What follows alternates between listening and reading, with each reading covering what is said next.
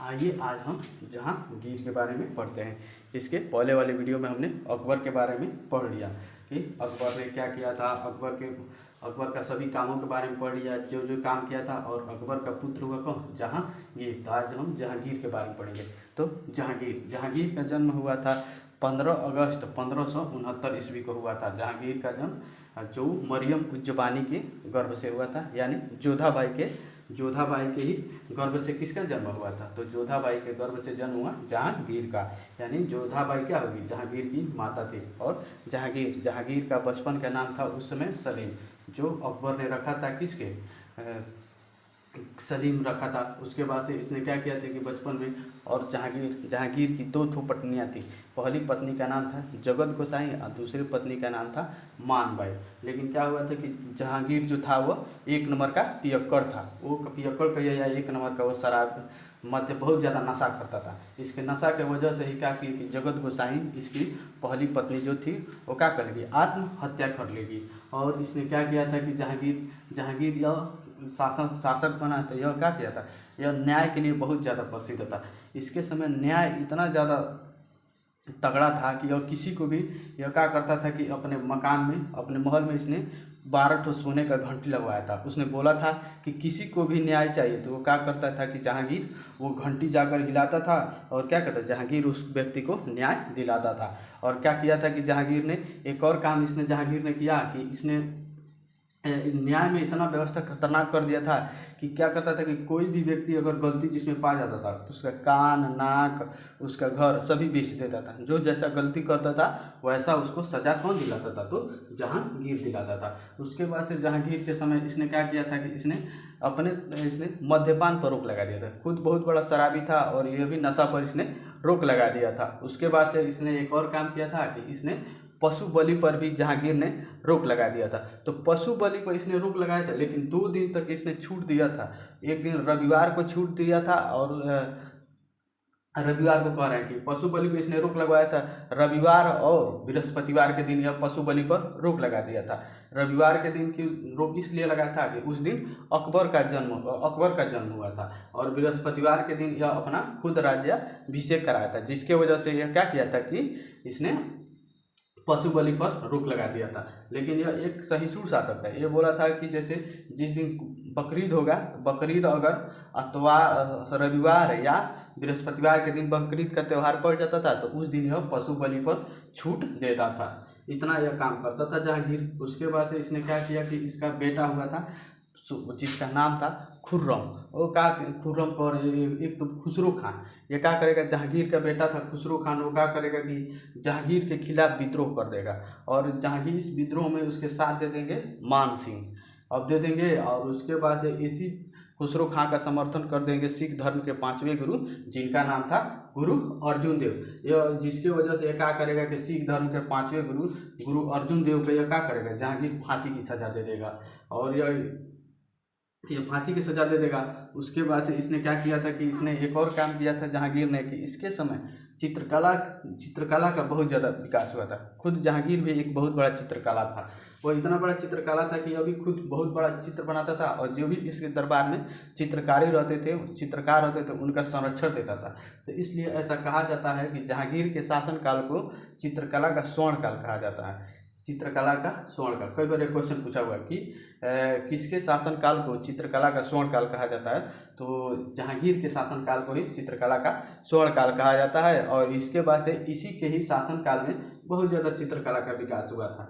और इसके बाद से इसने अपने आत्मकथा जिसमें लिखा है, जिसे तुजुके ए जहांगीर, जो फारसी भाषा में लिखा हुआ है, इसमें खुद यह लिखा हुआ बोला है कि जहांगीर कि अगर किसी व्यक्ति ने किसी व्यक्ति का चित्र बना दिया है तो मैं उस चित्र को देखकर बता सकता हूँ कि उस व्यक्ति में आँख कौन बनाया है, उस व्यक्ति का कान कौन बनाया है, उस व्यक्ति का भौं कौन बनाया है। इतना बड़ा चित्रकारी था जहांगीर। और इसने एक और काम किया था कि इसकी एक प्रेमिका थी जिसका नाम था अनारकली। यह बहुत ज़्यादा उसे प्रेम करता था, लेकिन उसे शादी नहीं किया था अनारकली से। तो यह क्या किया कि जब अनारकली की मृत्यु हो गई 1615 ईस्वी में, तो यह क्या करेगा कि अपनी प्रेमिका अनारकली के लिए यह लाहौर में उसका एक मकबरा बनवाएगा। और उस मकबरा में यह लिखेगा कि अगर मैं एक दिन तक अगर मैं एक दिन के लिए जहाँ अनारकली को देख लेता तो मैं ईश्वर को कयामत के दिन तक उसका शुक्रिया अदा करता था। यह इतना लिखवाया था स्टेटमेंट अपने प्रेमिका अनारकली के मकबरा पर लिखवाया था। उसके बाद से यह क्या किया था कि यह जहांगीर यह हिंदू सभी धर्मों को यह समान रूप से देखता था। यह एक सहिष्णु शासक था। इसने क्या किया था कि हिंदू धर्म में यह रक्षाबंधन का त्यौहार बनाया था। उसके बाद से इसने क्या किया था कि यह दीपावली के दिन क्या हुआ था कि हिंदुओं को यह जुआ खेलने के लिए जो इसमें थोड़ा सा छूट दिया था। जैसे मोहम्मद बिन तुगलक क्या था, वो अभी तो दिल्ली सल्तनत था जो होली का त्यौहार मनाता था, तो सेम टू सेम यह क्या कर रहा है, जहांगीर क्या बना, जहांगीर रक्षाबंधन का त्यौहार मनाता है। और यह क्या कहता था कि जहांगीर ही अपने दरबार में सूरदास को आश्रय दिया था। सूरदास जिन्होंने क्या लिखा है, एक सूर सरावली लिखा है। और सूरदास किसके हैं, विठल स्वामी के भी शिष्य थे अष्टछाप में। और यह क्या कहते कृष्ण भक्ति धारा के कवि थे। तो इसने सूरदास को संरक्षण दिया था जहांगीर। उसके बाद से यह क्या किया था कि इसने जहांगीर एक नया प्रथा चलाया था। उस नए प्रथा में यह होता था कि जहांगीर क्या करता था कि अपना एक कान छिदवा लेता था, और कान छिदवा कर और इसके क्या करता था कि इसमें एक बहुमूल्य सोना वोना पहन लेता, धातु पहन लेता था, जो इसके जो राज्य में पूरा यह प्रथा चल गई थी। आज भी तो यह चल रहा है, पूरा जो भी व्यक्ति है वो कान छिदवा कर और आभूषण पहन रहा है। तो यह क्या जहांगीर ने चलाया था सबसे पहले, जो आज भी हम लोगों को देखने को मिलता है। उसके बाद से इसने एक और काम किया था जहांगीर ने कि इसने अशोक के कौशाम्बी अभिलेख और उसके बाद से समुद्रगुप्त के प्रयाग प्रशस्ति अभिलेख पर इसने अपना खुद का भी अभिलेख लिखवाया है। तो यह भी कई बार क्वेश्चन पूछा हुआ है। और उसके बाद से इसके शासनकाल में 1600 इसी के ही शासनकाल में 1608 ईस्वी में इंग्लैंड के राजा जेम्स प्रथम थे। इंग्लैंड के राजा जेम्स प्रथम ने क्या किया था, अपना एक राजदूत जिनका नाम था कैप्टन हॉकिंस को भेजा था व्यापारिक छूट के लिए जहांगीर के दरबार में। तो यह क्या हुआ था कि जहांगीर के दरबार में भेजा था। तो उसके बाद से यह आया था जहांगीर के दरबार में। तो यह कैप्टन हॉकिंस जो था वो क्या था, फारसी में बात किया जहांगीर से। और ये तो जहांगीर बहुत खुश हुआ। इसने बोला कि एक इंग्लैंड का आदमी होकर यह फारसी में बात कर रहा है, तो यह क्या करेगा कि इसको व्यापारिक छूट के लिए तो आया था यह कैप्टन हॉकिंस, लेकिन यह क्या करेगा कि जहांगीर उसको व्यापारिक छूट नहीं देगा पहली बार। और लेकिन उसको इसकी विद्वत्ता देख कर और इसको कैप्टन हॉकिंस को इंग्लिश खान की उपाधि देगा। यह भी कई बार क्वेश्चन पूछा है कि किसे जहांगीर ने इंग्लिश खान की उपाधि दिया। तो कैप्टन हॉकिंस को यह क्या करेगा कि जहांगीर इंग्लिश खान की उपाधि देगा। उसके बाद से इसने क्या किया था कि जहांगीर एक और काम किया था। अब इसने 1608 में फिर से इसने क्या किया था कि यही पुर्तगाली आएंगे और यही 1615 ईस्वी में जेम्स प्रथम क्या करेंगे कि फिर से अपना एक राजदूत भेजेंगे किसके, जहांगीर के दरबार में। तब आएगा क्या, टॉमस रो। और टॉमस रो को व्यापारिक छूट क्या करेगा, जहांगीर दे देगा। और यही टॉमस रो क्या करेगा, भारत सब पुर्तगाली ही क्या करेंगे, भारत में सबसे पहले तंबाकू की खेती करेंगे। कई बार क्वेश्चन पूछा कि भारत में सबसे पहले तंबाकू की खेती किसने किया था, तो पुर्तगाली करेंगे। और उसके बाद से यही पुर्तगाली क्या करेंगे कि भारत में आलू की खेती, प्रिंटिंग प्रेस, यह सब के पुर्तगाली ही लेकर आएंगे भारत में।